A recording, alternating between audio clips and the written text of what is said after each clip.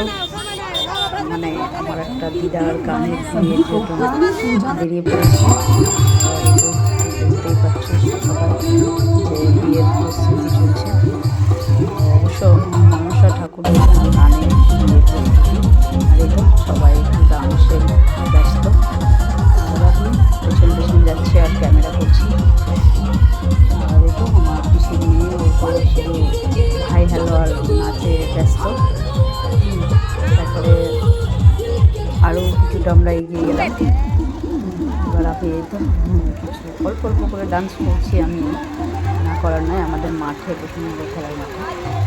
তারপর সেদিক থেকে ব্যাক হয়ে আবার আমাদের বাড়ি থেকে রওনা হয়ে একেবারে আমাদের একটা পুকুর আছে, সেখানে যাওয়ার পালা। ওইটা আমার বৌদি আর বৌদি করছে।